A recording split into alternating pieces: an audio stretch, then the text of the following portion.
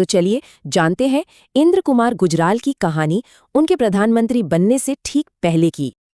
आखिर कौन थे इंद्र कुमार गुजराल प्रधानमंत्री बनने से पहले? चलिए उनकी यात्रा को शुरू से समझते हैं।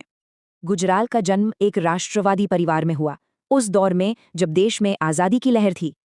उनकी जिंदगी को इन 3 बड़ी घटनाओं ने एक नई दिशा दी और उनके मूल्य तय किए।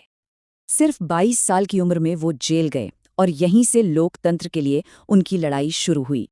फिर आया 1947 का साल, जो अपने साथ लाया विभाजन का दर्दनाक दौर।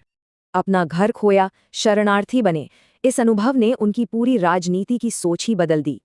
वो समझ गए थे कि उपमहाद्वीप के लिए शांति और सहयोग ही एकमात्र रास्ता है। वैसे राजनीति से पहले गुजराल एक पत्रकार थे जो अंतर्राष्ट्रीय मामलों पर लिखते थे। और इसी गहरी समझ के साथ 1964 में वे कांग्रेस पार्टी से राज्यसभा पहुंचे।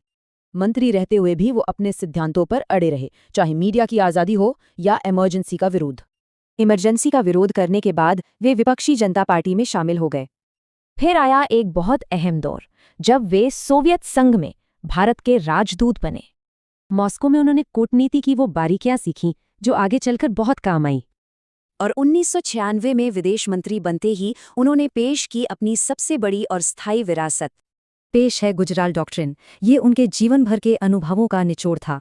इसका सीधा सा मतलब था, भारत अपने छोटे पड़ोसियों की मदद करेगा बिना कुछ वापस मांगे। बिना शर्त दोस्ती, शांति और भरोसा। यही था एक स्थिर दक्षिण एशिया का उनका सपना। तो प्रधानमंत्री बनने से पहले वो क्या थे?